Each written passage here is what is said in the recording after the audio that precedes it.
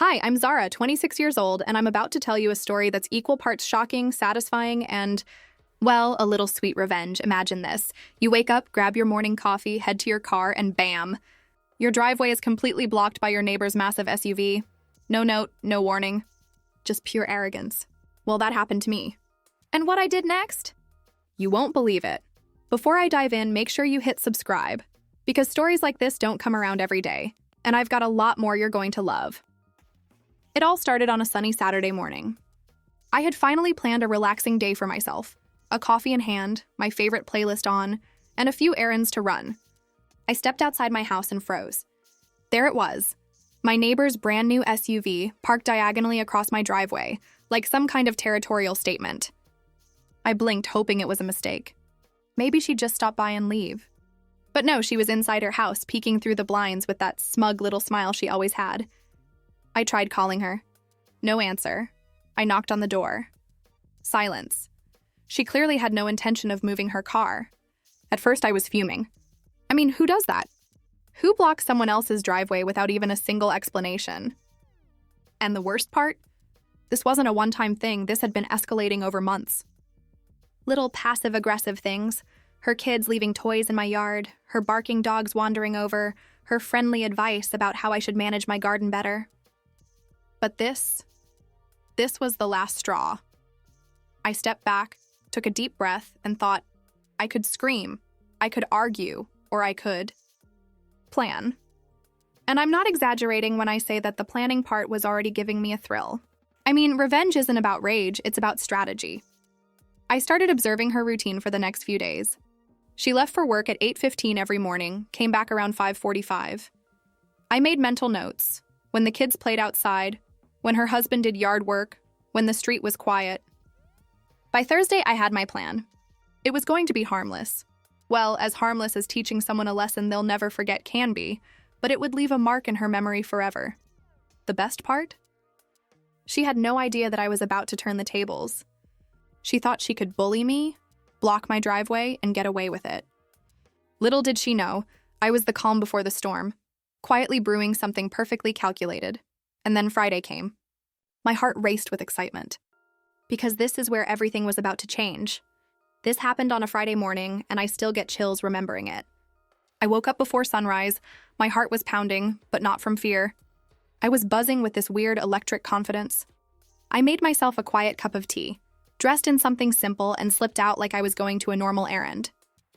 Only I wasn't. Today was the day I put my plan into motion.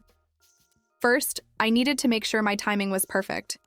I watched from my kitchen window as Mrs. Carter, yeah, that's what I call her in my head, loaded her kids into the car and drove off right on schedule.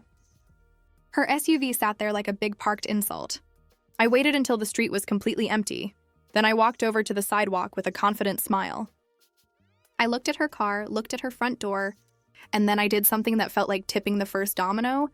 I left a tiny, polite note tucked under her windshield wiper. Hey, your car is blocking my driveway this morning. Could you please move it when you return? Thanks, Zara. Simple, civil. I wanted to make sure I wasn't the obvious aggressor. This was about principle, not pettiness. At least that's what I told myself. Then, here's where things get juicy. I spent the next hour doing what I call neighborhood theater. I casually invited my friend Maya over under the pretense of helping me with yard work. Maya is loud, hilarious, and excellent at playing an audience. She came, we pretended to prune roses and chat about nothing. 2 other neighbors wandered by, and suddenly there were 3 witnesses to the humiliation I'd been putting up with.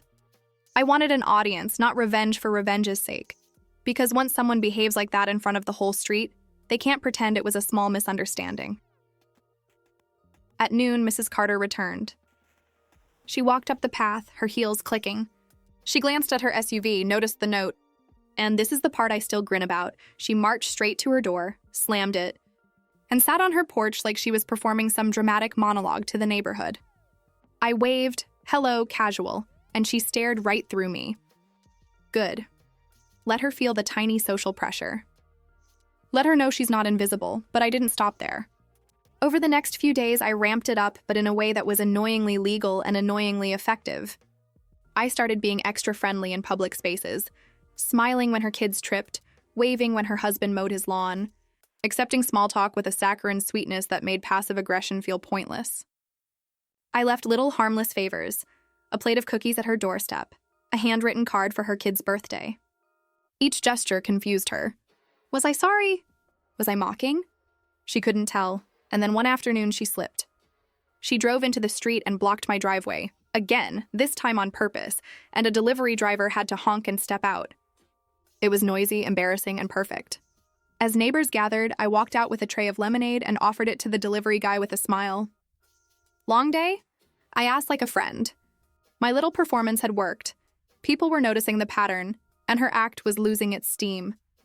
You won't believe what happened next, because what followed wasn't a scream fest or a tantrum. It was quiet, clever, and somehow kinder than I expected. But before I tell you how it all ended, there's a twist you'll love. Mrs. Carter made a choice that changed everything. Her choice forced me into a decision I didn't expect to make.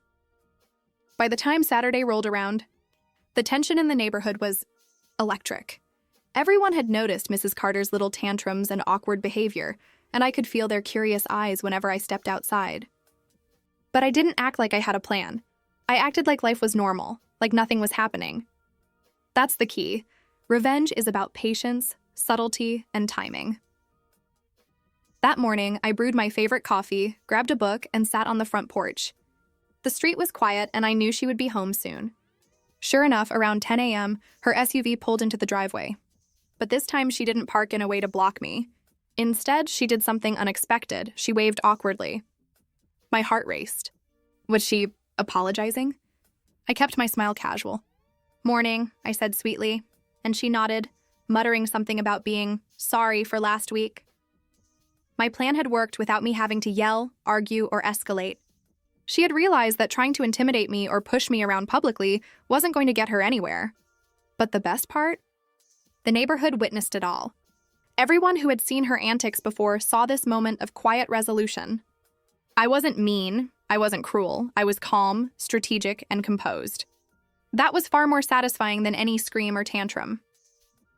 Later that day, I left a small gift on her doorstep, a simple handwritten note saying, "Life's better when we're neighbors, not rivals." Cheers, Zara. Nothing snarky. Nothing sarcastic. Just closure. And that in itself was the ultimate revenge, showing her that I was above the pettiness, while subtly reminding her that her arrogance had been noticed. After this, things changed. Mrs. Carter began parking responsibly, smiled when she saw me, and even waved when our paths crossed. It was almost surreal to see how a little patience, observation, and cleverness could completely transform someone's behavior. And me, I felt empowered. I didn't need to lash out or cause chaos. The lesson I taught her was embedded in the social truth. Actions have consequences, and everyone notices. The moral? Revenge doesn't always need to be loud, angry, or messy. Sometimes the most satisfying revenge is quiet, calculated, and leaves people thinking twice before treating others poorly again. And trust me, she'll never forget the lesson. And the entire street witnessed it. So if you've ever felt frustrated, powerless, or ignored, take a deep breath, observe, plan, and act wisely. The satisfaction of seeing someone realize their mistakes without drama? Absolutely priceless. If you loved this story and want more revenge tales that are clever, satisfying, and dramatic, make sure to subscribe, hit that notification bell, and check out the other stories on my channel. Trust me, you don't want to miss what I have planned next.